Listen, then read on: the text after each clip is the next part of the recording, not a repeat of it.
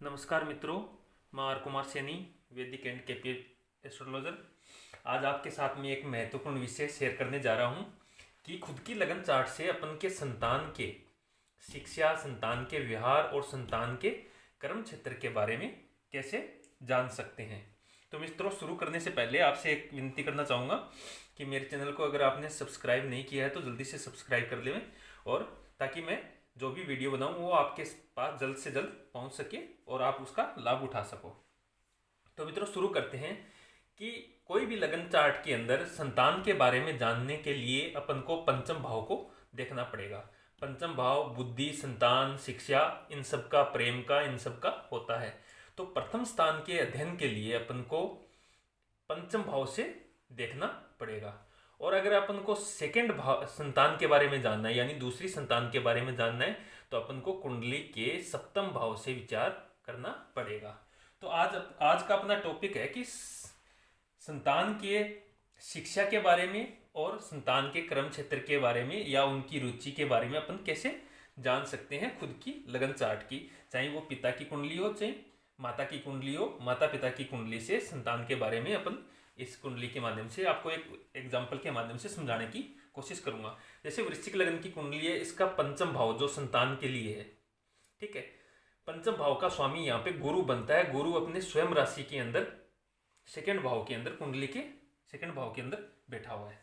तो प्रथम संतान के बारे में अपन को उसकी शिक्षा आदि के बारे में जानने के लिए, उसके विहार आदि को जानने के लिए पंचम भाव, पंचमेश और पंचम भाव में स्थित ग्रह के बारे में जानना पड़ेगा।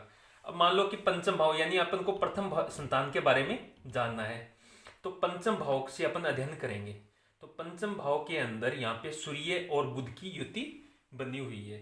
तो सूर्य है वो तेज का, अभिमान का, शौर्य का, ज्ञान का, इन सब का कारक होता है।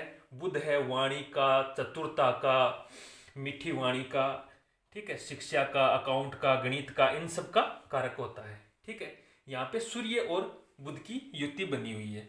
तो प्रथम संतान की जो शिक्षा है वो किससे संबंधित हो सकती है, इसके लिए अपन को सूर्य और बुध के बारे में जानना परम आवश्यक है, प्लस गुरु के बारे के अंदर।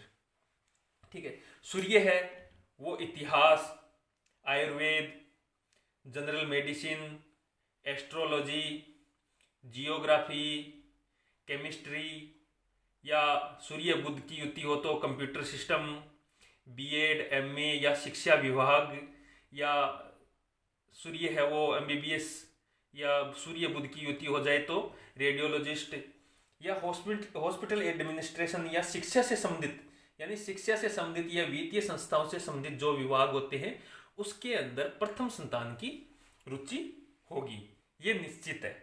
इस कुंडली के आधार पे अपन को सूर्य के और बुध के व्यवहार के, उसके तत्वों के, उसके प्रकार के बारे में अपन को नॉलेज हो तो अपन उसके बारे में एकदम सटीकता से बता सकते हैं।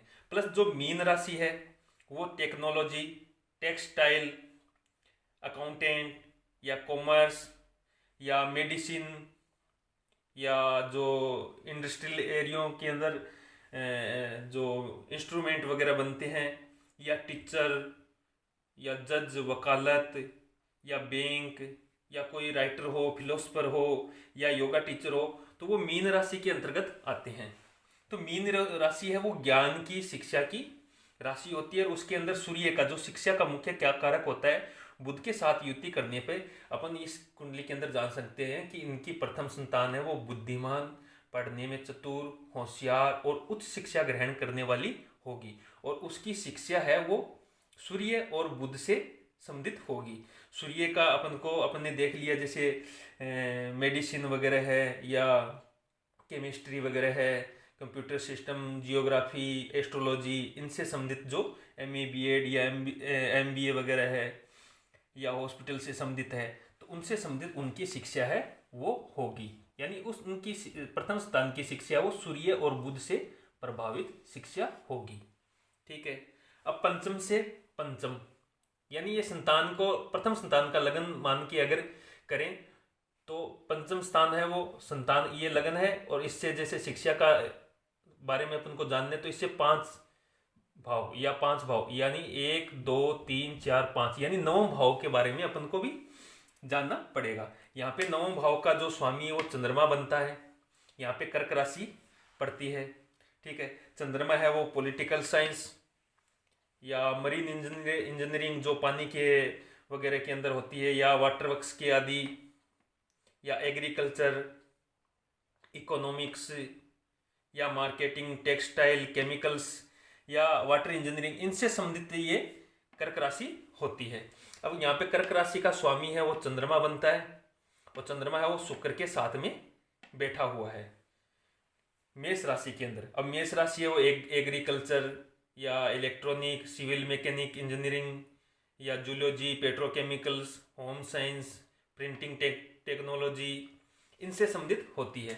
तो प्रथम संतान के बारे में अपन को उनकी शिक्षा के, उनकी रुचि और उनके कर्म क्षेत्र के बारे में जानने के लिए अपन को सूर्य बुध की युति पे और चंद्र के बारे में अध्ययन करना आवश्यक हो गया है। यहाँ पे अपन इसके अध्ययन करने के बाद में इस निश्चय पे पहुंच सकते हैं कि प्रथम संतान की शिक्षा है वो किससे संबंधित होगी। ठीक है, अब चलते हैं दूसरी संतान। कुंडली के अंदर दूसरी संतान के बारे में जानने के लिए सप्तम भाव का अध्ययन करना आवश्यक होता है। अब यहाँ पे कुंडली के सप्तम भाव के अंदर मंगल और शनि की युति बनी हुई है।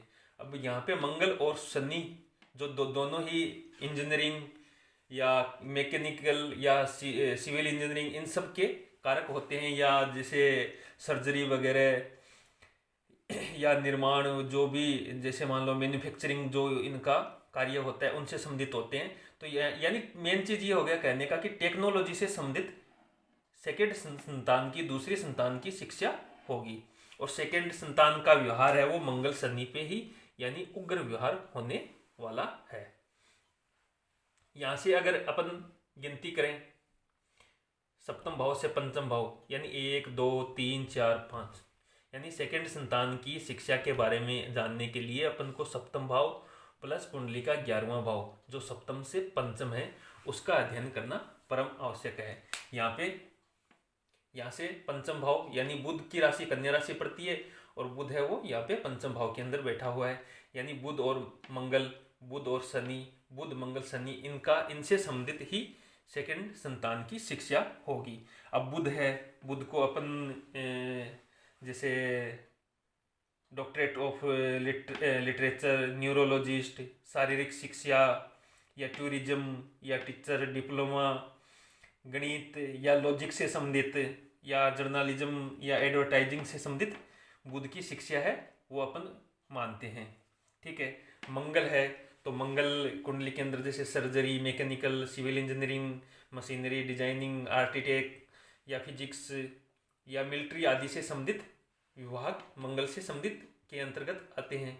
प्लस शनि है, शनि है वो पेट्रोकेमिकल्स, सिविल इंजीनियरिंग, माइनिंग या लेबर लॉ होती है, या इंडस्ट्रियल इंजीनियरिंग होती है, या मैकेनिकल इंजीनियरिंग होती है। यानी मंगल और शनि मिलके यानी सेकंड संतान का जो शिक्षा है वो टेक्निकली शिक्षा होगी। अपन इस भाव को पढ़ के इस भाव के अंदर बैठे हुए ग्रह के व्यवहार के बारे में जानकर अपन ये निश्चित कर सकते हैं कि सेकंड संतान की जो शिक्षा है वो निश्चित रूप से टेक्निकली होगी।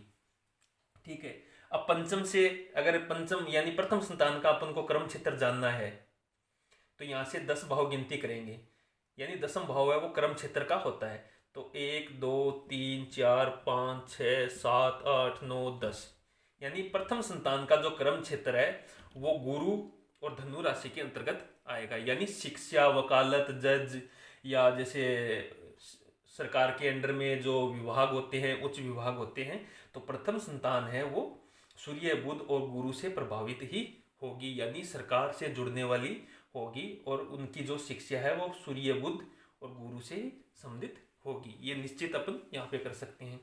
सेकंड संतान, यहाँ से अगर अपन को सेकंड संतान का क्रम क्षेत्र जानना है तो यहाँ से 10 भाव गिनती करेंगे, यानी 10वां भाव है वो क्रम क्षेत्र होता है।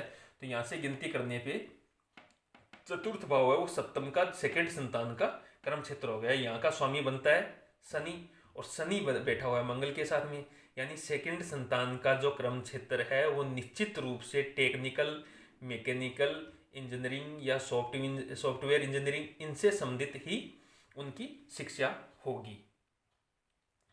ठीक है मित्रों, अगर आपको मित्र अब देख लो, ये जो सेकंड संतान का जो सप्तम भाव से अपन जान रहे हैं, उसके ऊपर जैसे राहु की दृष्टि बनी हुई है। राहु भी जैसे टेक्निकल या इंजीनियरिंग इनसे संबंधित या सर्जन या डॉक्टरी इनसे संबंधित है चीजें करवाने के लिए सहायक होता है। तो मित्रों, प्रथम संतान का अपन क्षेत्र निर्धारित कर चुके हैं, प्लस सेकंड संतान का अपन ने इस कुंडली के माध्यम से क्षेत्र, उनकी शिक्षा, उनका व्यवहार सब जानने का प्रयास किया हुआ है। तो मित्रों, मेरा ये वीडियो अगर आपको समझने के लिए बहुत अच्छा लगा है या आपको मेरे ज्ञान से आपको लाभ हुआ है, तो मेरे चैनल को ज़रूर आप सब्सक्राइब करें, मेरे चैनल को लाइक करें और मित्रों शेयर भी ज़रूर कीजिएगा। तो मित्रों, बहुत बहुत धन्यवाद, नमस्कार।